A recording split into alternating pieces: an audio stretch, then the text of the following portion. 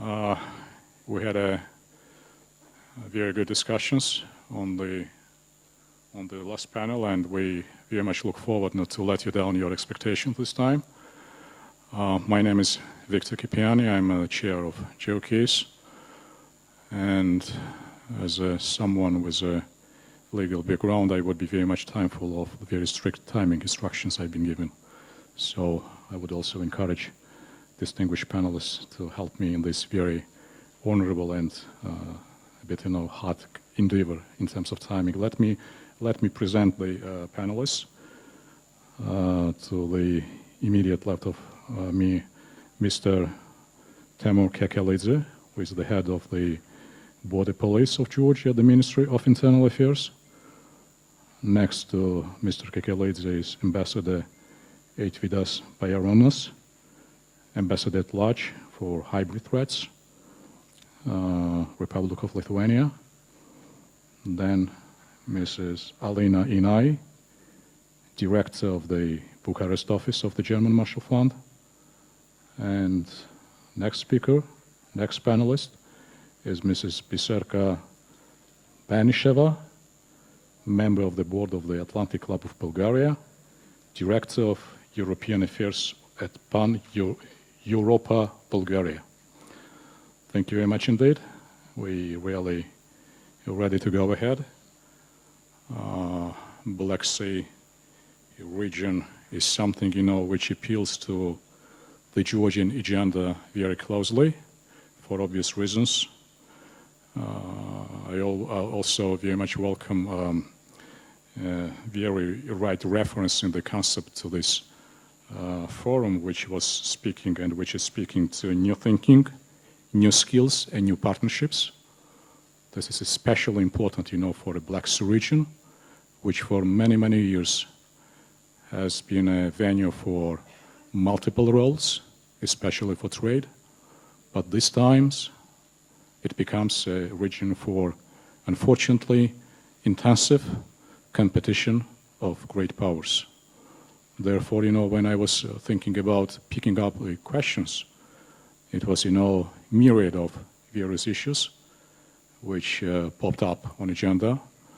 And it was really very hard, to be as selective as possible, because it's really a unique platform for showing the implications of geopolitics, geoeconomics, etc., and it's really a good case study for scholars, pundits, and researchers. It is also the fact that although the North Atlantic Alliance has rediscovered itself in the Black Sea region in the course of Bucharest Summit, it was for the first time in Warsaw when they pledged their presence in the region. And that pledge is something, which has been repeated and reiterated in various statements of either NATO summits or NATO-Georgian statements. And the very recent one was, the latest statement was made in Batumi when the North Atlantic Council mentioned about new priorities for the coming period. With that in mind, since the Black region is becoming a sort of, new defensive perimeter at the extreme eastern flank of the alliance, and as if placed on the fault lines of two normative worlds. One world is that of democracy and liberty, and the one is authoritarianism and oppression. The Black Sea region and us and Georgia as a country, which is in that region, it requires special significance and special meaning. In view of the Russian attempts to build up sort of, new iron curtain running across the lines of the Black Sea, is it right to speak nowadays about sort of, re-emerging a new containment policy by the West, which runs across the Black Sea? And in view of that containment policy, which is sort of, a suggestion from my end, and I could be completely wrong. What could be those priorities which the Atlantic Council and the NATO is speaking about when they focus their attention and their discussions on the Black Sea region? So that would probably my the opening question, and this is the fundamental question, and then we'll go to more specific ones, where I would kindly solicit your views, each of you, and let's start with Mr. Kekelidze, please. Thank you, Mr. Moderator. Good afternoon, everybody. It's an honor and privilege to be in front of such a distinguished audience. Little clarity, being a head of the border police, I'm also supervisor of the Coast Guard, which is a part of the border police, and the Coast Guard is the only naval force in this country. Now, so whatever comes with NATO-Georgia Black Sea practical cooperation, it's my agency which has been implemented by. So in that sense, I'm not quite irrelevant. So now, the Black Sea is indeed a part of being our natural habitat. As such, it's inalienable part of the Euro-Atlantic security. The three littoral countries being NATO members, two, Ukraine and Georgia, being an aspirant countries to NATO integration, and and there is Russia. In the last decade, the region has seen the dramatic changes in the last decades, both with the enlargement of NATO and the EU, with Romania and Bulgaria becoming part of the NATO and the EU, and again with the Russia's aggression against Georgia and then later on against Ukraine, has actually changed the security landscape of the Black Sea, and of course in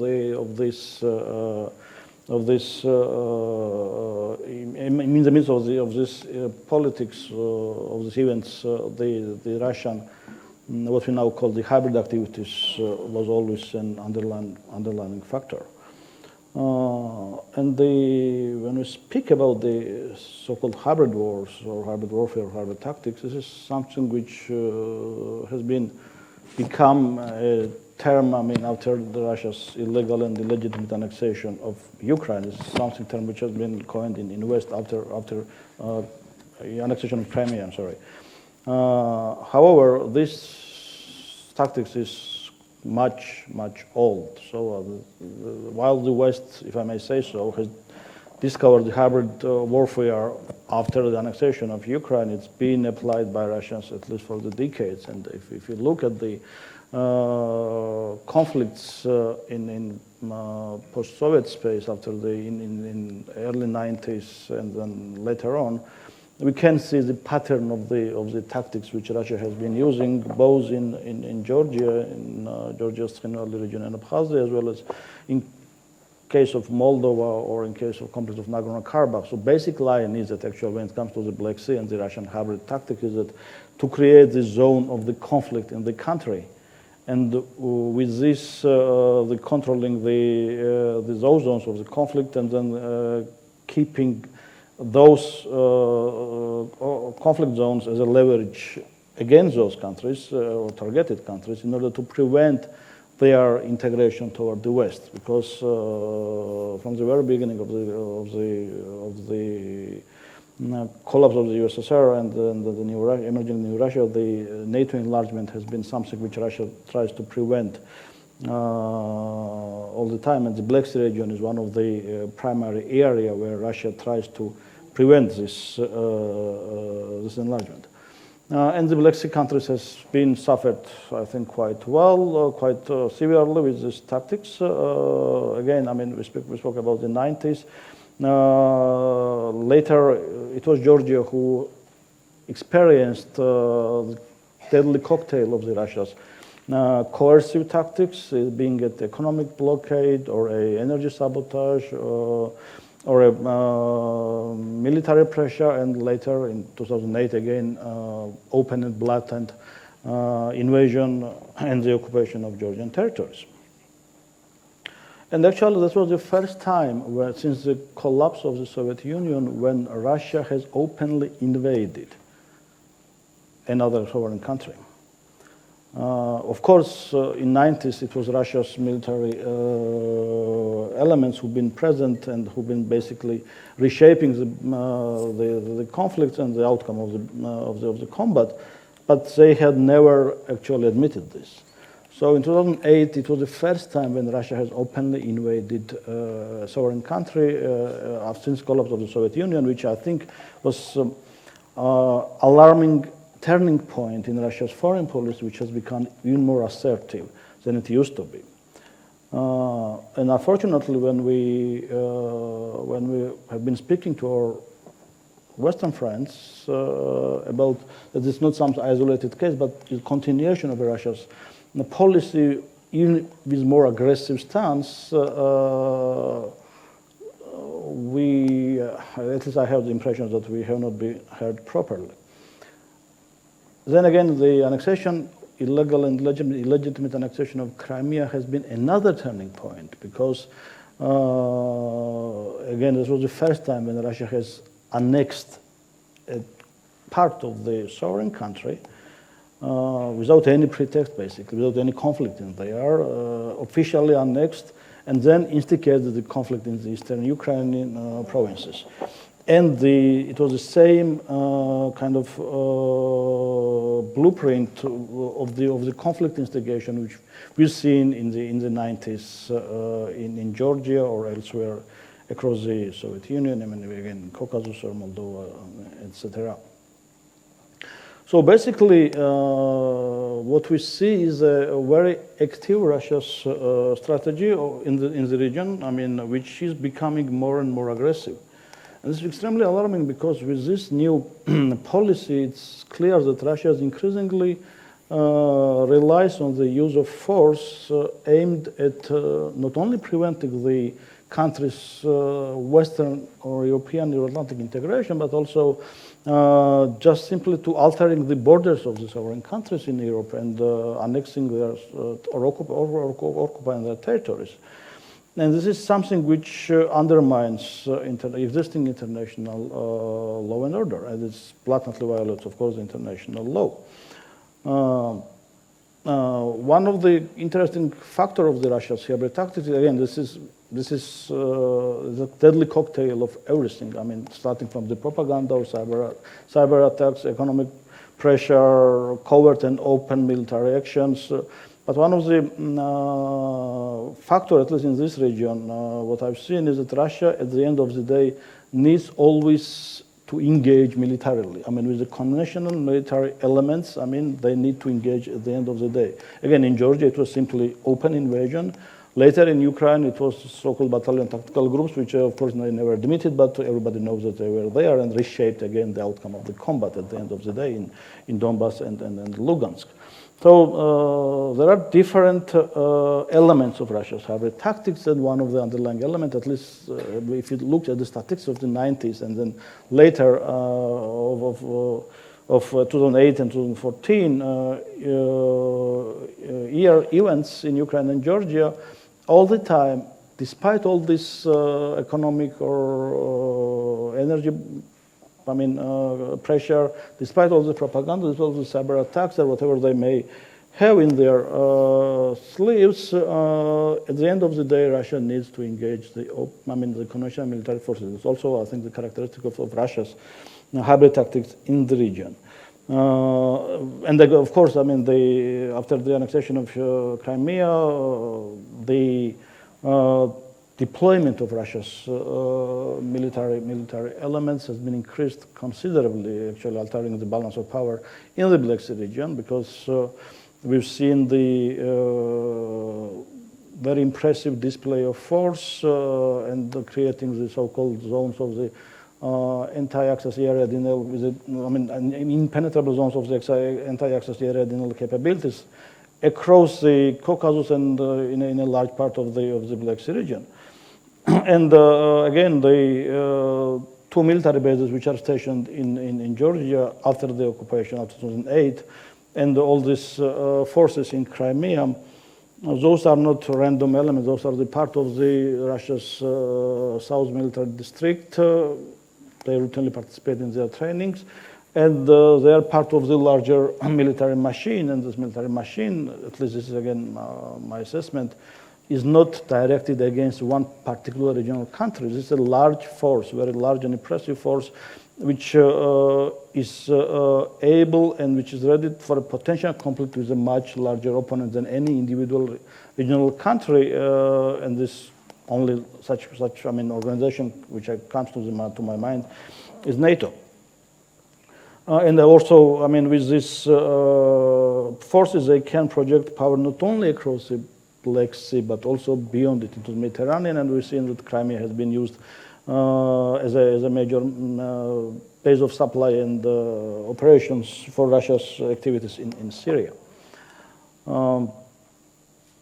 Well, this is something which, of course, poses a direct threat to Georgia and to Ukraine, to that matter, but it's something which also, I think, very alarming to NATO. And the one of the question is if NATO doing enough for countering. Yeah, we'll get to that. Yeah. So. We'll get to. Okay, then I'll just stop here, just with a couple of not quite, optimistic notes that again, while the Russia has been using the same tactics in 90s and perhaps in earlier, with the digital era, with the development of global communications, their hybrid capabilities have been amplified. Excuse me for jumping in. That's been extremely important, the notes which you've just made, and we'll get to the specifics of the NATO policies in the region and Russian hybrid. So I take your response, and that's been very helpful insight, for an individual, from an individual, who is just in the middle of the game, in the middle of this battle, I would say. And thank you so much indeed. I want to finish with the final. Okay, please go. Yeah. So, what I want to say is that actually, and this is not the end of the story. This will develop further. The Russian hybrid activities, or just the hybrid activities of any country, to that matters, will evolve further with the development of the technologies and of the capabilities. Now Thank you so much. I've noticed that most of us are from the Black Sea countries, except of one panelist who is from the Baltic region, and that's very, very helpful coincidence, Ambassador, because from your perspective, from the perspective of Lithuania and the Baltic region, in terms of my question of this sort of, the Black Sea caught containment or Iron Curtain, how do you see us from your perspective? How do you see effectiveness of those priorities of those policies in the Black Sea region? Thank you. Thank you very much, Victor. Thank you very much for this nice introduction. Someone outside the region. When you sit among the friends, you drink best mineral water in the world. Barzomi, I do not feel outside, I feel like at home. This was a joke, but anyway. To be serious, indeed, although first of all, thank you, organizers, for inviting me, and since I noticed that I speak already for the second time in this event, NATO Information Days. That means organizers still believe that I should have something to say, which I need now to confirm whether I will not disappoint them. The title of this event, our panel is Black Sea, indeed, as you, Victor, said, and the countering hybrid threat. And I will come up to this, but I absolutely want to reflect to what you have said. What are the sort of Baltic Sea region lesson learned, what we can share. Definitely, I'm not coming here as a sort of preaching you the truths, because there are no truths. We all are in this development phase. Hybrid, although this is a recent phenomena, but as Timur has already been very well alluded to this is something with us for decades and actually not even centuries. With different form now, technologies and globalization have changed it. But but and it would remain. Now we talk about new forms, deep fake. There are new. Our Lithuanian Eastern, your northern neighbor is not going to change to democratic Westminster democracy soon, and we need to live up to this. That this is for long. So I structured my short intervention very much also reflecting what you have asked, Victor, about on what are the achievements so far, what are the still shortfalls, and then what to do. So briefly on achievements, and I really appreciate Teimura's very well overview on what are hybrid threats, and which was very much common, be it Black Sea or Baltic Sea. There are no difference, geography probably, historical patterns, but otherwise it's very similar. What are the achievements? One of the biggest achievements that there is growing understanding on what is hybrid threat. Usually, when I attend conferences, you skip this introductory part, which was not yet case 3-4 years ago, when you still need to convince your Western friends that what Russians are doing in Georgia, Lithuania, meddling election disinformation is not something of us, it's of all of us. And this is what I think now we have reached the stage where in the West, thank you in brackets of Russian activities, meddling elections, supporting radical political parties, cyber disinformation attack, the awareness what the hybrid is growing dramatically. Few years back, speaking with the Spanish colleagues, they would still refer a hybrid threat as sort of Eastern European related, with Catalonia engagement of Russian disinformation attack using Venezuelan bots, again, global world. There is a clear understanding. So this is, I would highlight as the first biggest achievement. Second, there is national understanding of, in many countries, what to do. Again, I can share you some Lithuania's highlights, but they're not, would be something of Lithuania's know-how, coordination, the whole of government approach, which actually a good friend of Lithuania and Georgia, Ed Lucas, calls it the whole of society approach, which I buy his terminology even more, because this is nothing to do with the government. The whole of government means only government. We, all of us, I will come up to this. Coordination, sharing sort of within the government, the threat perception, and so on. I can go and go. So this, I travel country to country. You see more and more countries are up to this level. Spain, Greece, and I can name even countries which will be outside traditionally sort of countries of this first echelon of response. So this is also biggest achievements. Then although this is NATO-related event, but in our strategy we have NATO and EU together. So I will start from an EU. European Union, you know, if those you don't notice, but I would definitely pay you attention. This June, European Council agreed on the new strategic agenda of European Union 2019-2024, 5 years strategic agenda. So new commission, which hopefully will take force 1st of December now, they will be bound with this new agenda. First time, hybrid threat, disinformation, cyber are mentioned explicitly. So new commission will be not anymore talking that, you know, this is not something not for us to do. This will be the guiding document. So this would be not imaginable a few years ago that European Commission would be in charge of the countering hybrid threat. A joint working group on countering hybrid threats and enhancing resilience. Disinformation action plan, last year's European Commission code of conduct engaging big world social media platforms to force Facebook, for example, to clean their contacts from fake news and so on. European Commission's activities on protecting elections from money sort of party financing to disinformation. So everything goes really in good direction, not least to mention that EU is not only reacting, already starting to think what is in NATO jargon is called deterrence. So the sanctions on cyber, sanctions on CBRN, this would be not imaginable a few years back. NATO, last June we agreed on counter-hybrid support teams, dedicated NATO teams which would travel to our countries support in hybrid attack. But this is only one element. Cyber strategy. The NATO's, I think Ambassador Ilhan Tachan spoke about NATO's activities. So I will not highlight. NATO's Center of Excellence, Energy Security, Cyber, Tallinn, Stratcom Riga. All of them I employed well into the NATO's reaction. But also there are worldwide activities.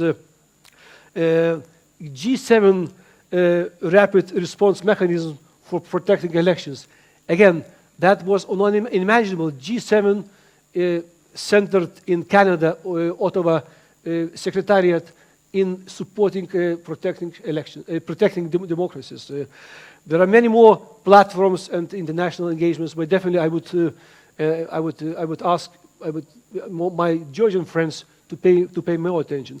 Center of Excellence in countering hybrid threat, where I'm on the steering board representing Lithuania, starting from humble 9 countries 2 years ago.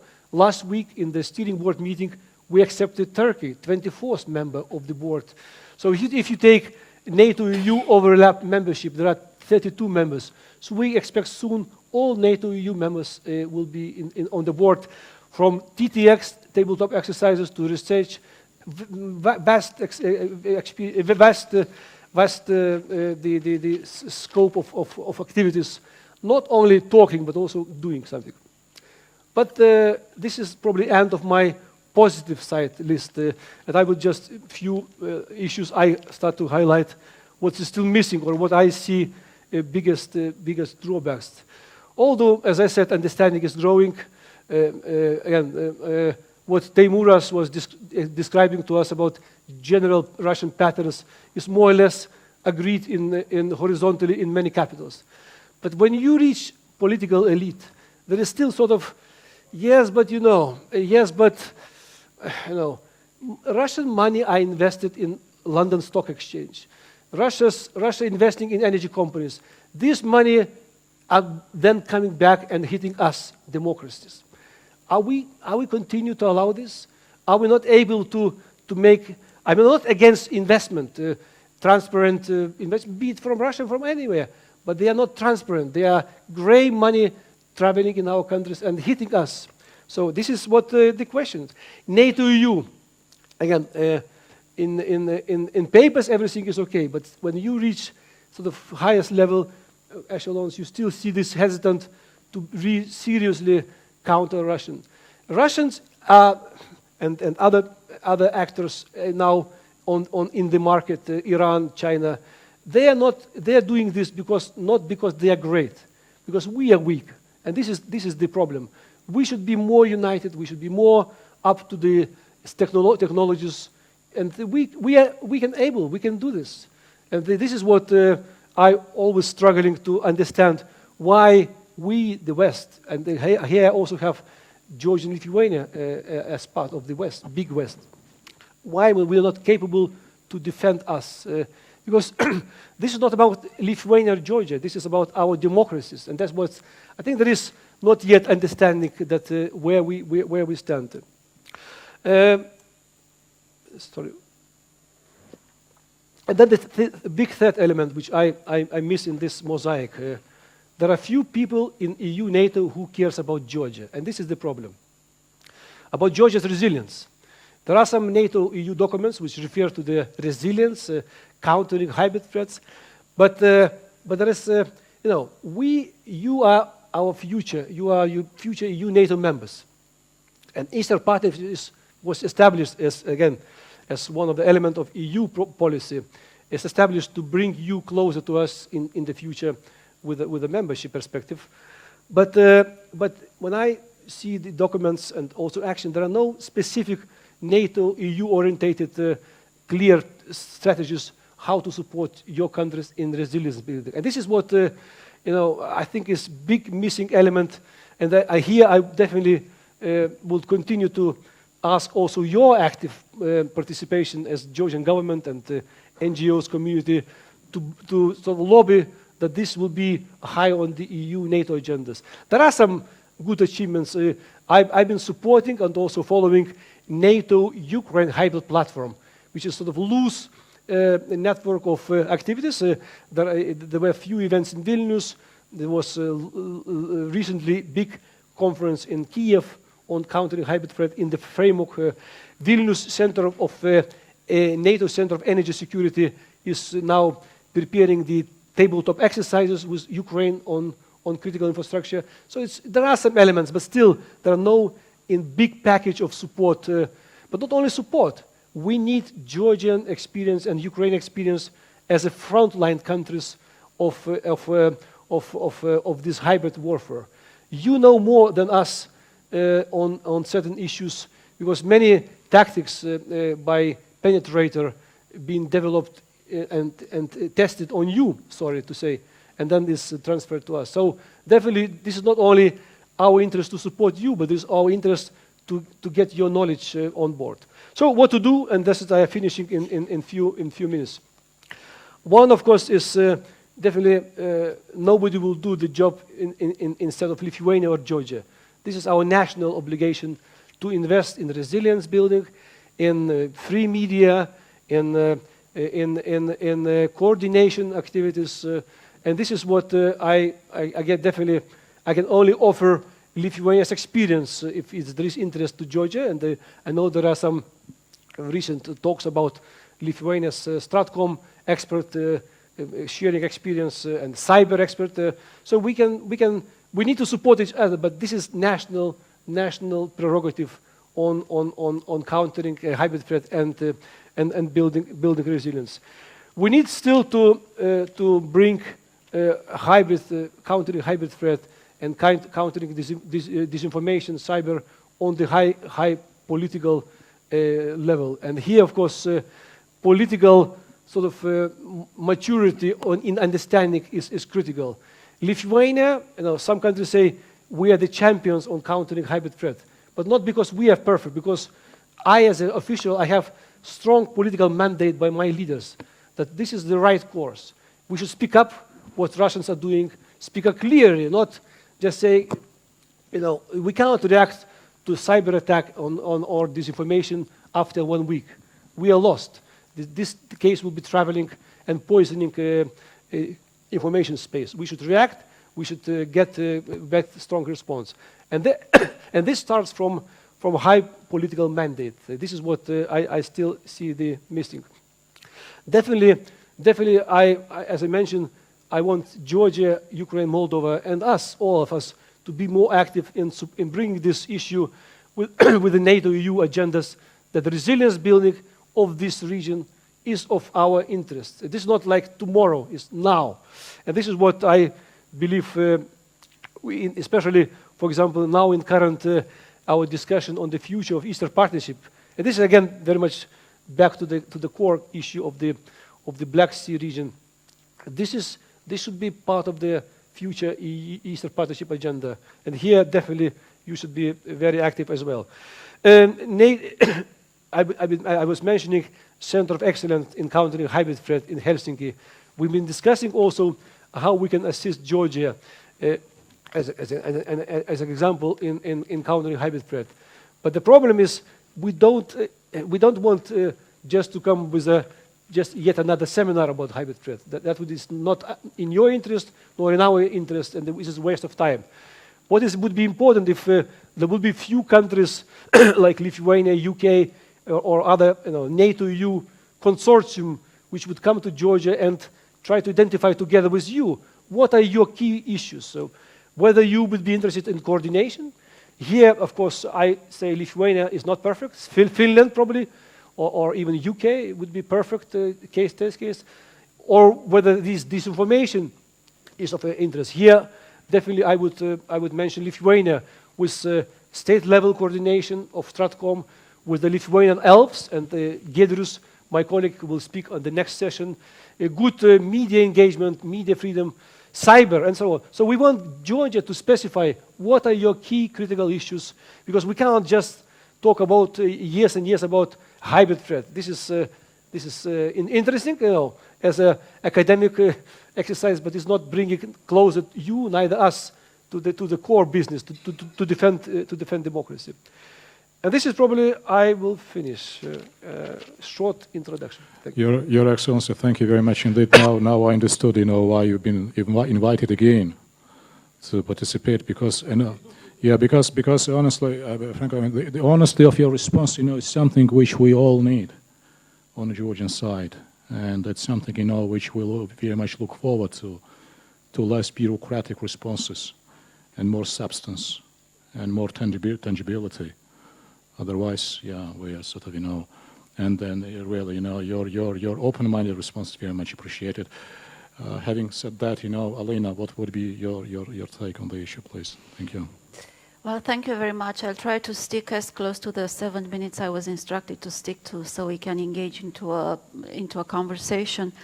I do have the wonderful privilege of having a regional view, sitting in Bucharest, yet however working throughout the entire Black Sea region.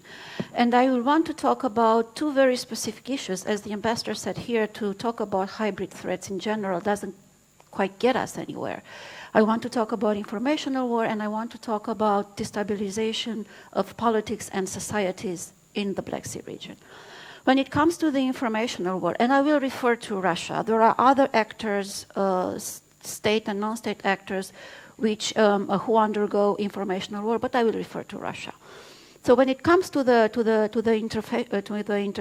informational war from Georgia to Romania, even if languages are different, societies are different, histories are different, approaches to Russia are somewhat different throughout the region. Russia is, however, employing the same methods or the same combination of methods, depending on the country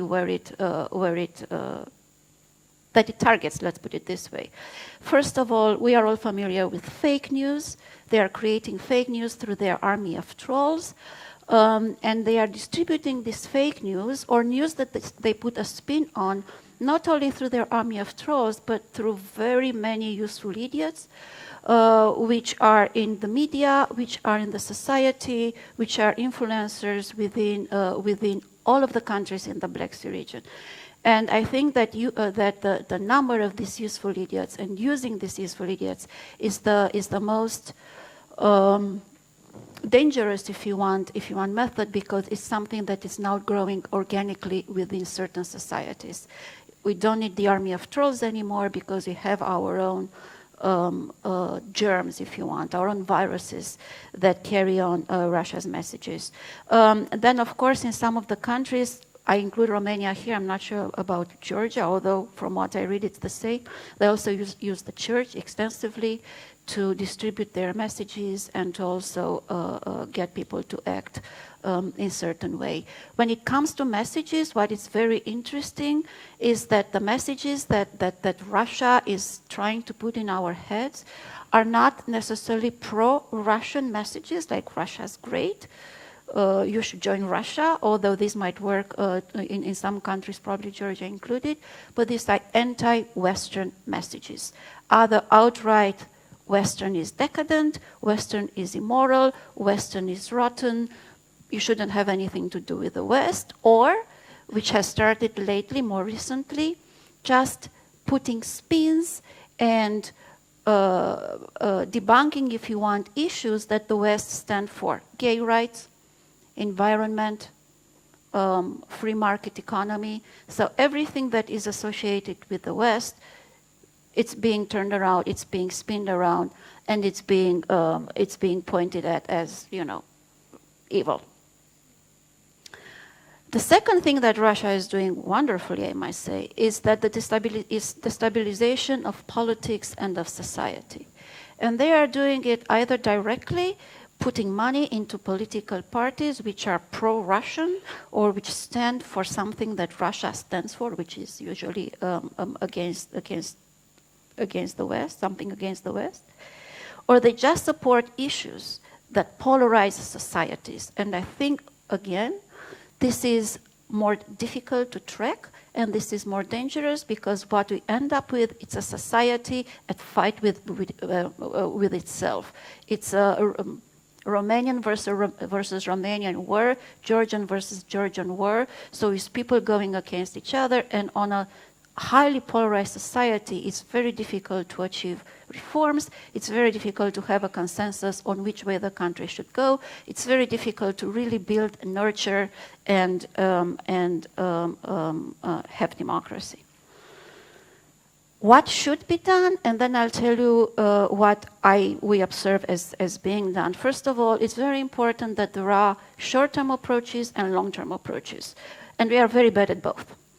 When it comes to short-term approaches, of course, we should immediately debunk the fake news. We should put the truth out there. You can't fight propaganda with propaganda. You fight propaganda with the truth. We should put the truth out there.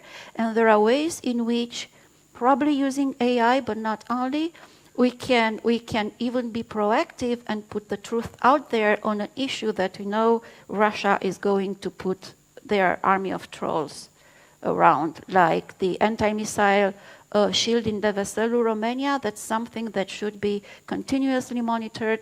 Everything that comes out of it should be well prepared, with the population knowing the truth before Russia puts its spin on Americans raping Romanian girls or whatever they want to invade on a certain day. And then very easily just follow the money that goes to political parties. This is really easy to be done. You fix the legal frame, you have the watchdog groups doing their jobs. It really is very easy to be done, but not even that is being done. But then, most importantly, you also have to have long-term approaches, which is building resilience within the society, which is to address all the vulnerabilities which are there within the education of young population, within the media, within the way the messages flow within certain societies, because what Russia always does, is it's built on our vulnerabilities. It doesn't invent anything necessarily, but it builds on something that already, a little small virus that is already in the society, and that's what makes everything that comes out of their propaganda machine very credible. And then, again, we have to popularize our point of view. We have to explain to the population through media, through every means we have, that the West is not decadent, that Russia is rotten, that there is no democracy in Russia, that people live very bad lives in Russia.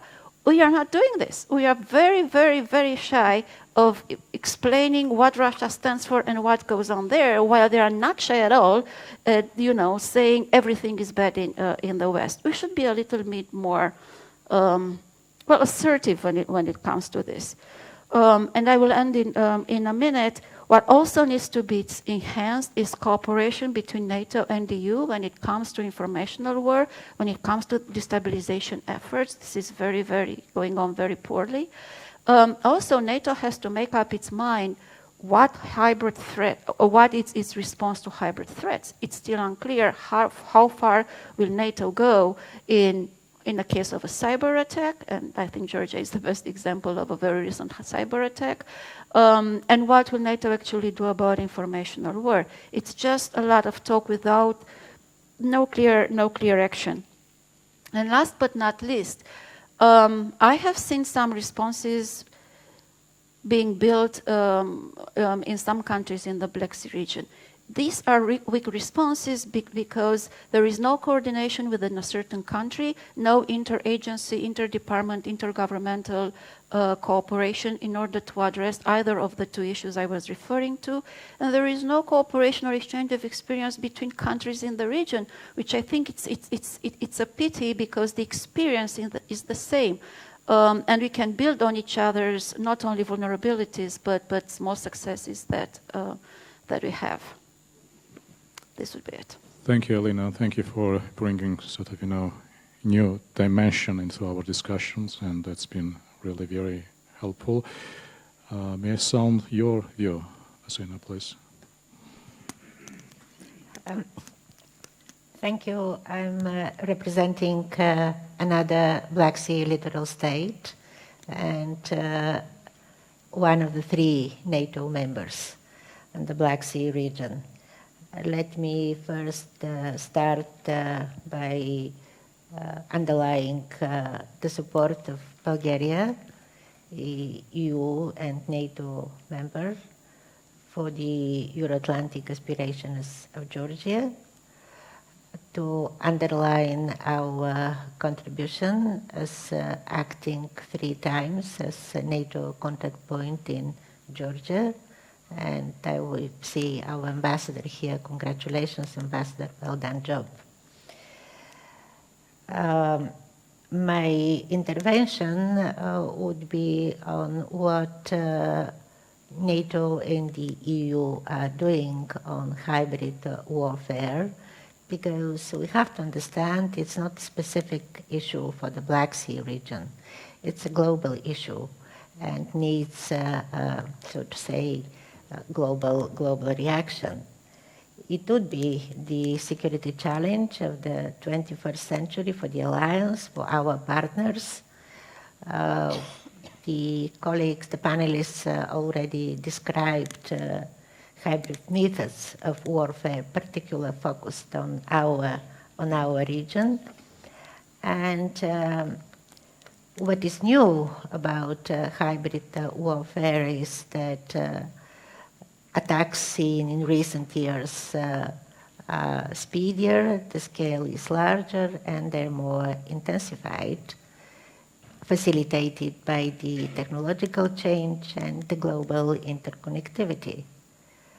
As I said, what is being decided and done at NATO level, I wish to emphasize it.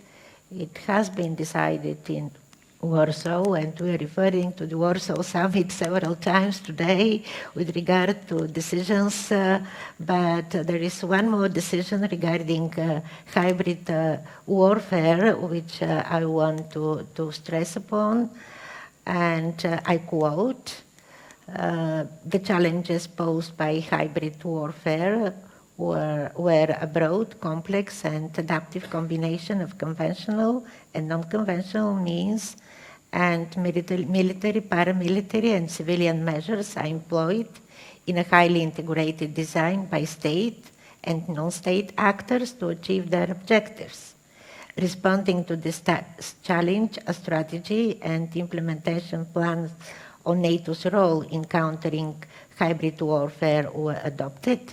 But we have to be very honest and say that the primary responsibility to respond to hybrid threats or attacks rests with the targeted nation. NATO is prepared to assist allies at any stage of a hybrid campaign, and the alliance and allies will be prepared to counter hybrid warfare as part of collective defense. The alliance is committed to effective cooperation and coordination with partners and relevant international organizations, and we come in particular to the European Union. According to the, again, Warsaw Summit declaration between NATO and the EU, that the declaration outlined objectives of a strategic partnership to make the Euro-Atlantic area safer. When we have a common set of proposals endorsed in the areas of information sharing, coordinated planning, including measures to bolster resilience to hybrid threats, ranging from disinformation campaigns to acute crisis. As part of our increasingly closer partnership, NATO and the EU have stepped up cooperation on dealing with hybrid threats, with special focus on countering cyber attacks. We also are putting in place concrete measures to increase situational awareness, which will contribute to our response to hybrid threats. The centers of excellence have already been mentioned by the ambassador, and I want to emphasize the role of the European Center of Excellence for countering hybrid threats located in Helsinki. It is an initiative of the government of Finland, It's supported by NATO and the European Union. That Center of Excellence serves as a hub of expertise. It assists participating countries in improving their civil military capabilities, resilience, and preparedness to counter hybrid threats. The inauguration took place in October 2017 by the NATO Secretary General and the European Union High Representative on Foreign and Security Policy. I'm mentioning the Center of Excellence because it is a good model, it's a good example to be used, I mean the experience of the Baltic Sea region to be used as experience in our Black Sea region. Because in the Baltic Sea region there are also other centers of excellence, the Communication Center of Excellence in Riga, the Cooperative Cyber Defense Center of Excellence in Tallinn, the Energy Security Center of Excellence in Vilnius, Lithuania. This model which the Baltic states are using should be transferred to our region.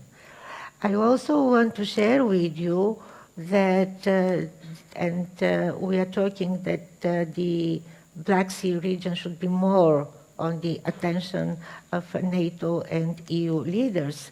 And I want to refer to the latest meeting of the NATO defense ministers and the issue on countering hybrid threats, cyber defense, coordinated exercises. These issues were discussed at dinner by the NATO defense ministers with the European Union and Sweden and Finland. And I'm mentioning Sweden and Finland because these are non-NATO members and they were involved in our efforts to achieve greater stability and security in the region.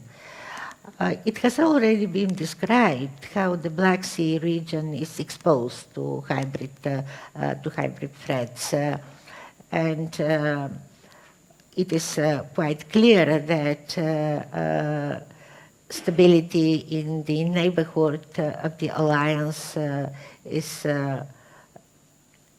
contributing to the stability of the alliance as a whole. The Black Sea region cannot be isolated when we discuss the stability and security in our neighborhood, because what is being done under specific hybrid operation is to exploit national vulnerabilities. Military, economic, social, informational infrastructure, and to use instruments of power that extend far beyond the military realm. And all these characteristics are witnessed in the Black Sea region in recent years. It has already been said several times, but I shall also join the panelists on their assessments that over the past few years, Russia has steadily upgraded its military posture and matched it with uncompromising and assertive information campaign. The latest and probably most serious threats to European security architecture, openly challenging the established world order, have occurred in the Black Sea region. Russia's conflict with Georgia in 2008, the illegal annexation of Crimea, the continuing destabilizing activities in eastern Ukraine.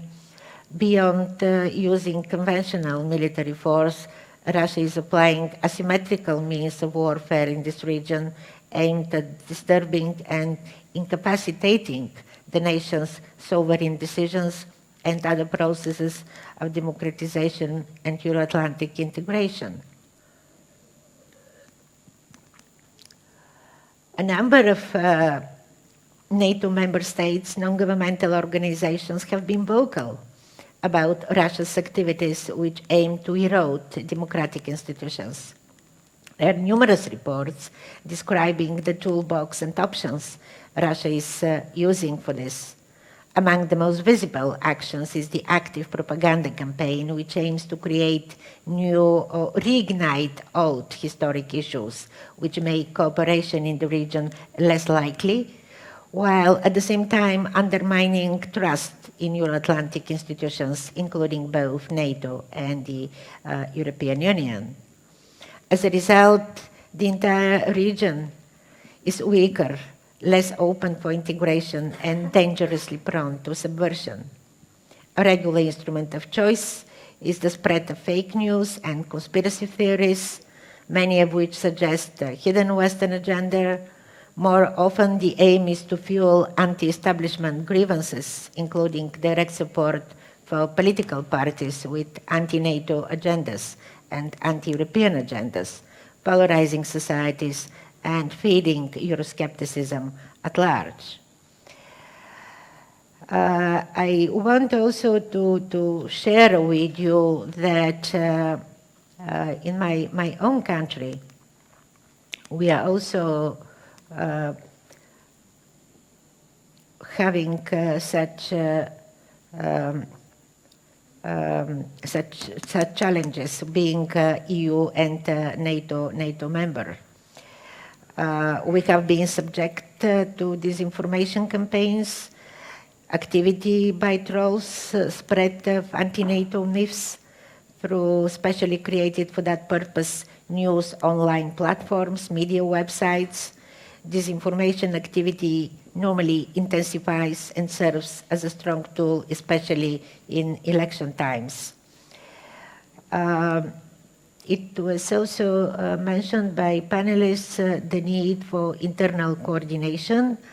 In my country, in response to what is happening in the geopolitical area, in March 2018, we updated our national security strategy, comprising self-assessment of critical functions and vulnerabilities across all sectors, recognizing growing hybrid threats. The strategy aims at enhancing traditional threat assessment activity to include non-conventional political, economic, civil, international tools and capabilities. Its objective is to coordinate a national approach of self-assessment and threat analysis and mobilize comprehensive cross-government efforts to understand, detect, and respond to hybrid threats. NATO has the political clout of its 29 member states, and now will become 30, and is in the most advanced defense capabilities at its disposal for collective defense of each of its members. And NATO is lending political support to partners as Georgia, as well as helping them to build sound defense institutions that generate the capacity to protect their national sovereignty. With regard to hybrid warfare, it is proving more and more challenging to adapt and respond to hybrid tactics and threats. So, in our view, a joint Black Sea threat assessment with Georgia and Ukraine should be done. We also think that the lessons learned from the Baltic experience of engaging non-NATO partners in strengthening regional security, Georgia and Ukraine are important Black Sea security in the same way Finland and Sweden are the Baltic regional security. We think that discussions and raising public awareness on these issues is an ongoing and continuing process, and on our part, I'm representing the Atlantic Club of Bulgaria. It is a non-governmental organization established in 1990. We were the first from Eastern Europe joining the Atlantic Treaty Organization even before the dissolution of the Warsaw Pact. Yes, thank you. Thank you very much indeed for your extensive response, which prompts me to run by you very quickly a question which I should raise as a matter of my sort of privileged position, and then we'll go to the audience to take a few questions. When we speak about Russia, we're not discovering a new story for us. We know already Russia always behaves itself like a besieged fortress. And nothing is changed in that respect. You know, the Russia's policy vis-à-vis its neighborhood has been keeping that strategic depths to prevent, you know, an entry point, bypassing its neighbors, you know, to shape its internal policy and informational policy. And that's always been a sort of, you know, consistency of Russian policies in that respect. And whether it's proclaimed under the Primakov's doctrine, etc., it doesn't matter. Content, the essence remains the same. But my question is that, from our optics, and we've touched on that, Your Excellency, you know, in your speech, and Alina, in your speech as well, what we do, and do we do enough to tackle those threats, especially in the context of the low intensivity conflicts and gray zone conflicts.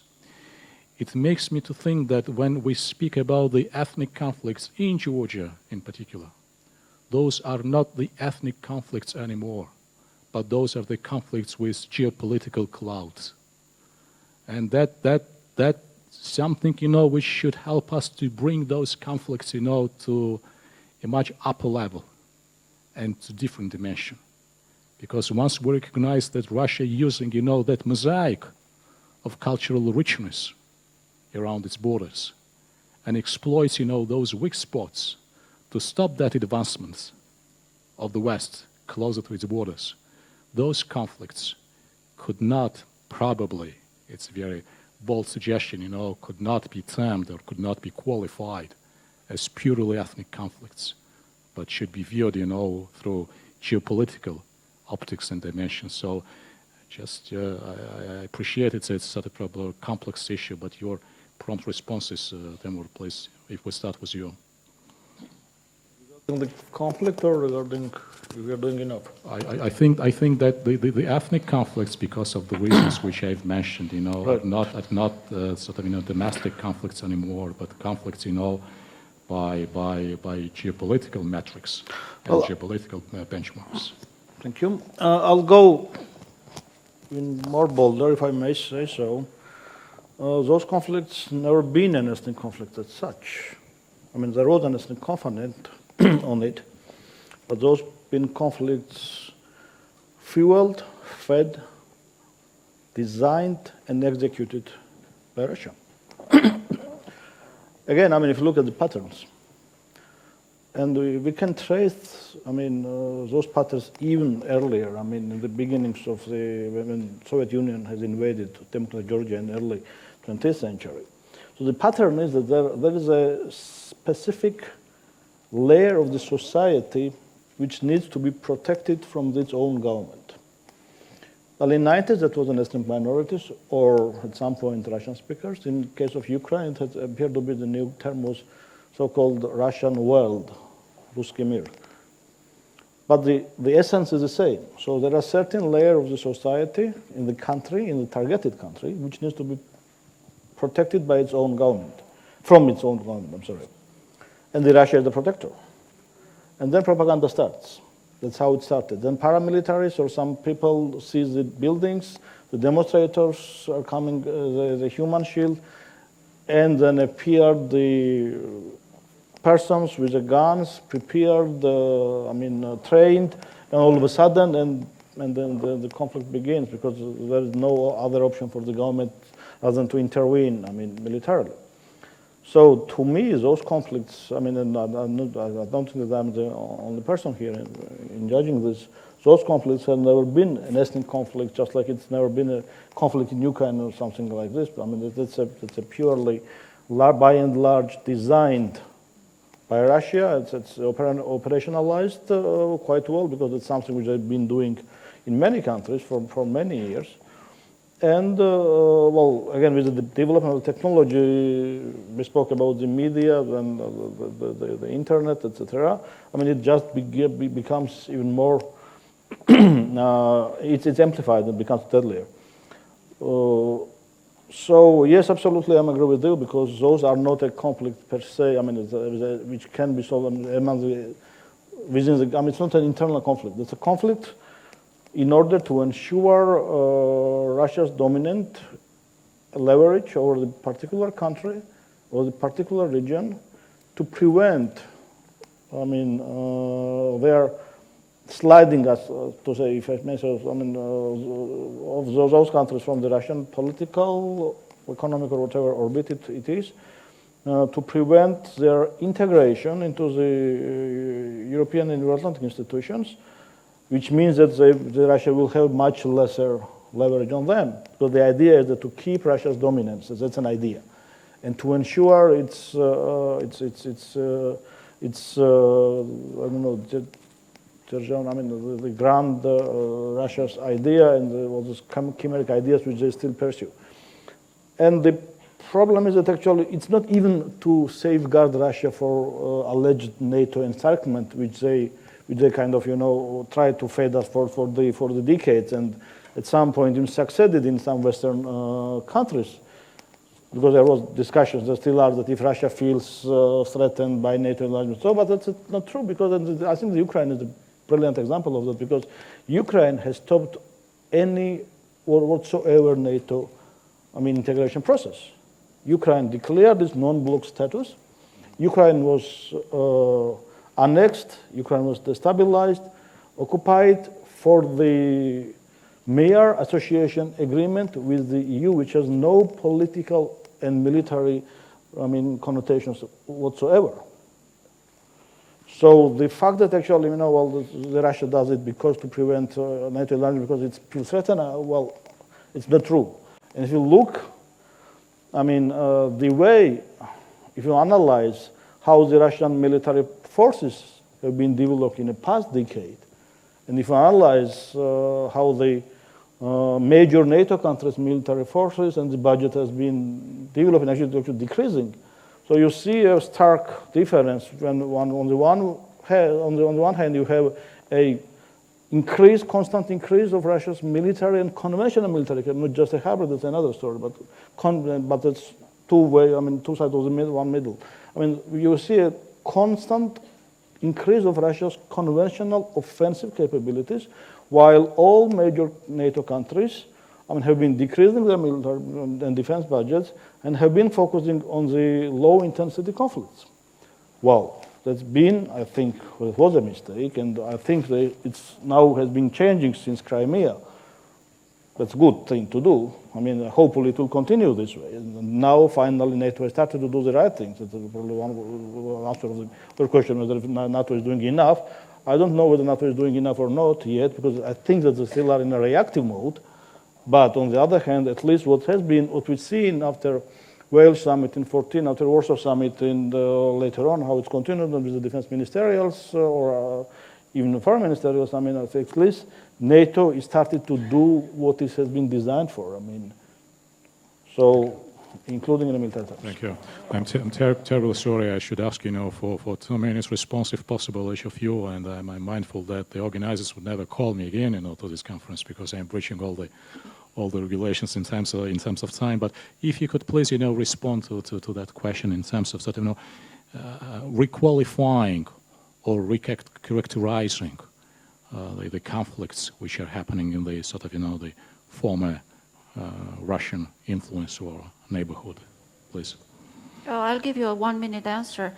The only genuine ethnic conflict in the Black Sea region is Nagorno-Karabakh. Everything else is political and is being used by Russia to redesign its influence in the region. Look what's happening in Ukraine, going towards a federation model, which would ideally be replicated in Moldova, probably tried in Georgia as well. This is it. Thank you. Thank you, Elena. Your Excellency? I think those from the region, they spoke well. Mm-hmm. I think I can only come back to the same issues we spoke, and then I think Alina mentioned very well, Russia is using all elements, and this is the ethnic conflict is just not because of specific nature, because it's just, you know, most visible and probably easy to sort of amplify. So method is the same, and Alina was very right here. You know, you see when you are penetrating country, you see the big difficulties, and you know on which issues to press. And that's why you know, when I spoke about response, is not. I mean, you should really be doing bad service to you if you would concentrate on Russia. You know, everyone is speaking about Russia. You know how great Russia is doing all the hybrid activities.